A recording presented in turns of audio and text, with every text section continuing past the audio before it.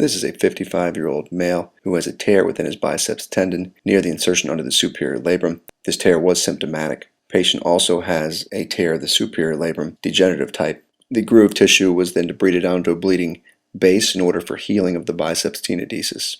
This is performed with a motorized shaver as well as a curette. Also a rasp can be used. Next, the biceps will be whip stitched. Using this technique, pass first a group of suture just superior to the biceps tendon.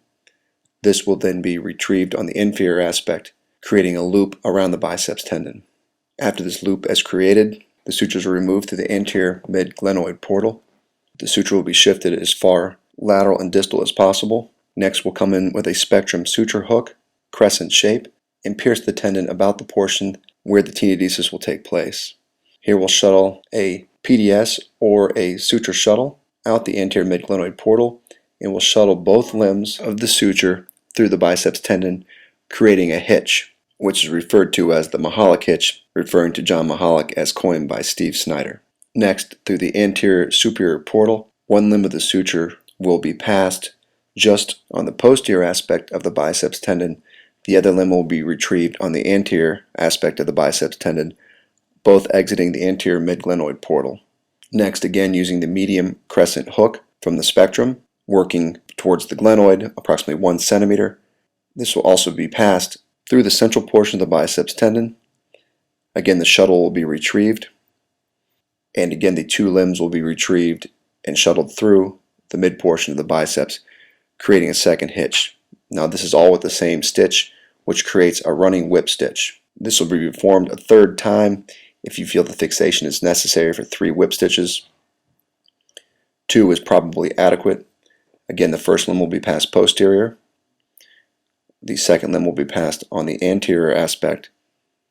Both limbs will then be retrieved out of the anterior mid-glenoid portal, again working 1 centimeter towards the glenoid side with the same spectrum crescent hook. We will shuttle these 2 limbs through the tendon. This is a way of arthroscopically preparing the biceps tendon while giving a secure hold on the tendon. One of the weak points of a biceps tenodesis is likely the suture pull-through. During the early healing phases of the tenodesis, this gives a nice whip stitch, which should be the equivalent strength of doing an open whip stitch during an exteriorization procedure. As you see here, now we have the biceps under complete control using our anterior superior cannula, working just anterior to the cuff within the biceps groove. The bone has been prepared nicely.